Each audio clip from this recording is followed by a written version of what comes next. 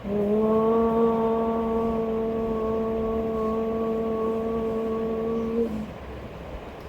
को सादर नमस्ते। आज हम लोग ऋग्वेद के पहले मंत्र अग्नि मीढ़े पर विचार करेंगे। मंत्र कुछ इस प्रकार है। ओम अग्नि मीढ़े पुरोहितम यज्ञस्य देवम ऋत्विजम होतारम रत्न धातुमम। एक एक शब्द को देखें। पहला शब्द है अग्नि मीढ़े। इसमें इसका संधि विच्छेद करें। अग्नि ईढ़े। अग्नि यहाँ पर परमेश्वर के लिए आया। ईढ़े माने हम उपासना करते हैं, हम वंदना करते हैं, हम स्तुति करते हैं। अब परमेश्वर को अग्नि क्यों कहा? गुणों के आधार पर परमेश्वर के अनेक नाम हैं, जिसमें अग्नि भी परमेश्वर का एक नाम है। विचार करें, अग्नि क्या करता है? अग्नि उजाला फैलाता है, रोशनी देता है। परमेश्वर भी हमारे दिलों में अज्ञान का अंधकार समाप्त करता है, हमें प्रकाश देता है, हमें दिव्य दृष्टि प्रदान करता है। और क्या करता है अग्नि? ऊर्ध्वगामी है अग्नि, ऊपर की ओर जाता है। परमेश्वर भी हमें उन्नति की ओर ले जाता है, हमारा विकास करता है, हमें उन्नति का मार्ग दिखाता है। और क्या करता है अग्नि? आप देखिए, बरसात के दिनों में जगह जगह गंदगी हो जाती है, सीलन हो जाती है, दुर्गंध हो जाती है। अब सूर्य की अग्नि जब उन पर पड़ती है ना, वो सारा का सारी दुर्गंध समाप्त हो जाती है। परमेश्वर भी हमारे अंदर की भीतर की दुर्गंध समाप्त कर देता है, हमारे दुर्व्यसनों को, दुर्गुणों को समाप्त कर देता है, हमारे मन की दुर्गंधी मिटा देता है, हमें सुगंधित बना देता है। और क्या करती है अग्नि? चमक देती है, ऊर्जा देती है। परमेश्वर भी हमें ओज प्रदान करता है। परमेश्वर की भक्ति करने से एक दिव्य अलौकिक तेज प्राप्त होता है साधक को, उन्नति करता है साधक। और अग्नि क्या करती है? ऊर्जा देती है। अग्नि की ऊर्जा से बड़ी बड़ी मशीनियाँ चलती हैं। परमेश्वर भी हमें ऊर्जा देता है, उसकी शक्ति से हम बड़े से बड़े कार्य को करने में संभव हो जाते हैं, समर्थ हो जाते हैं। तो हम उस अग्नि रूप परमेश्वर की वंदना करते हैं। और दूसरी विशेषता क्या है उसकी? पुरोहितम। हितम माने कल्याण के लिए, जो हमारे कल्याण के लिए आगे चलते हैं, हमें अच्छा रास्ता, हमें अच्छाई का रास्ता दिखाते हैं। जैसे पुरोहित बताता है ना यजमान को, आप ऐसा करो, आपका भला हो जाएगा, आपके क्लेश दूर हो जाएंगे, आपके कष्ट दूर रहेंगे।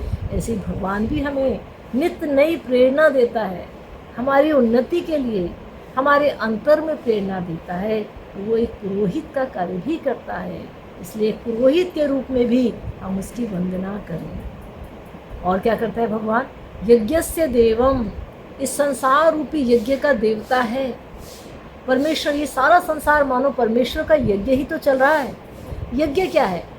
हम केवल एक ही यज्ञ को जानते हैं, और वो यज्ञ देव यज्ञ जो हम करते हैं अग्निहोत्र के रूप में, जहाँ हम सामग्री डालते हैं अग्नि में। लेकिन जो भी कोई पुण्य का कार्य है, वह सब यज्ञ है। एक दानार्थ विद्यालय चल रहा है, वो भी यज्ञ है। एक धर्मार्थ औषधालय चल रहा है, वो भी यज्ञ है। किसी का पुण्य करके किसी की मदद की जा रही है, वो भी यज्ञ है।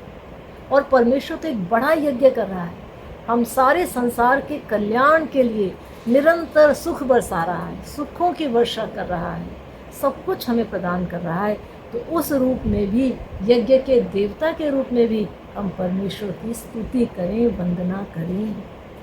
और कैसा है वो परमेश्वर? ऋत्विजम। ऋतु के अनुसार फल देता है। ऋतु के प्रत्येक ऋतु में उसके अनेक अलग अलग सब्जियां हैं, अलग अलग फल हैं, अलग अलग औषधियां हैं, मौसम हैं, जो हमारे शरीर को विविधता भी दे रही है और हमारे शरीर को स्वस्थ भी रखती है। कितना सोचता है वो परमेश्वर, हर ऋतु को सहना सिखा रहा है, हर ऋतु की औषधि दे रहा है, हर ऋतु के फल दे रहा है, सब्जियां दे रहा है। तो किसी ऋतु में भी वो हमें नहीं छोड़ रहा है, हमारे हित के चिंतन से कभी भी नहीं हटता। हर ऋतु में वो हमारा लाभ कर रहा है, हमारे कल्याण के लिए कार्य कर रहा है। अगला शब्द आता है होतारम। होता शब्द के दो अर्थ आते हैं, देने वाला भी और लेने वाला भी। अब देखिए, देने वाला तो परमेश्वर है ही। जो कुछ भी हमें मिल रहा है परमेश्वर की कृपा से ही तो मिल रहा है। लेकिन कभी कभी ले भी लेता है परमेश्वर। देखते हैं ना आप, बड़े बड़े लाभ बिजनेस में, व्यापार में घाटा हो गया, वापस ले लिया परमेश्वर ने। जब देखा कि हम इस लायक ही नहीं हैं, हमें सामर्थ्य नहीं है, तो हमसे वापस भी ले लेता है अपनी दी वस्तुएं। कभी सृष्टि के प्रलय करता भी है वो परमेश्वर, सारे साधन छीन लेता है वापस, और उस समय पूरी सृष्टि को वो 3 तत्वों में समाहित कर देता है। कौन से 3 तत्व? सत्य, रज और तम। बस कुछ नहीं बचा, सब विनाश। तो वो संसार का पालन भी कर रहा है, दे भी रहा है, और आवश्यकता पड़ने पर ले भी लेता है। उस परमेश्वर की हम स्तुति करें, उसकी वंदना करें। और कैसा है वो परमेश्वर? रत्न धातुनम, रत्नों की धातु है। ये हम धरती को मानते हैं ना, धरती के घर में अनेक रत्न हैं, सोने, चांदी, हीरा, लेकिन परमेश्वर में जाकर देखिए तो परमेश्वर के घर में तो असंख्य अद्भुत रत्न हैं ज्ञान के। हमें जितनी वस्तुएं प्रदान कर रहा है, हमें दयालु है परमेश्वर, परम उपकारी है, सर्वज्ञ है, न्यायकारी है, इतने अधिक खजाने भरे पड़े हैं, रत्नों का भंडार है वो परमेश्वर। उसके नज़दीक अगर हम जाएंगे तो हमारी झोलियाँ भर जाएंगी, और हम उसके नज़दीक जाते ही कहाँ हैं? हम उसे गुणों की, रत्नों की खान कहाँ मानते हैं, कहाँ जानते हैं? तो इस पूरे श्लोक में, मंत्र में कवि क्या बताना चाह रहा है? कवि मंत्र हमें बता रहा है कि इतने बड़े गुणों की खान है परमेश्वर, हम उसके गुणों का ध्यान करें, उसकी स्तुति करें। और क्या होगा स्तुति करने से? क्या परमेश्वर प्रसन्न हो जाएंगे? इसलिए स्तुति नहीं करेंगे, स्तुति करेंगे हम परमेश्वर के गुणों को जानने के लिए, समझने के लिए, हमें पता हो कि उसका स्वरूप क्या है। अक्सर हमारे मन में प्रश्न उठता है, हम क्यों करें परमेश्वर के पास में? तो यहाँ हमें ऋषि बता रहे हैं कि परमेश्वर की उपासना इसलिए करो कि वो परमेश्वर अग्नि के समान उजाला दे रहा है, प्रकाश दे रहा है, ओज दे रहा है, पुरोहित के समान आपका हित कर रहा है, संसार रूपी यज्ञ का देवता है, ऋतु के अनुसार आपको फल फूल वनस्पतियाँ देता है, प्रकृति में आपको सब सुख देता है, लेकिन आवश्यकता पड़ने पर प्रलय में ले भी लेता है। रत्नों की खान है वो, भंडार है वो, उसके नज़दीक जाओ, उसके पास जाओ। परम ऐश्वर्य को देने वाला है वो परमेश्वर, हमारे दुखों को भस्म कर देने वाला है वो परमेश्वर, हमारे दोषों को भस्म कर देने वाला है।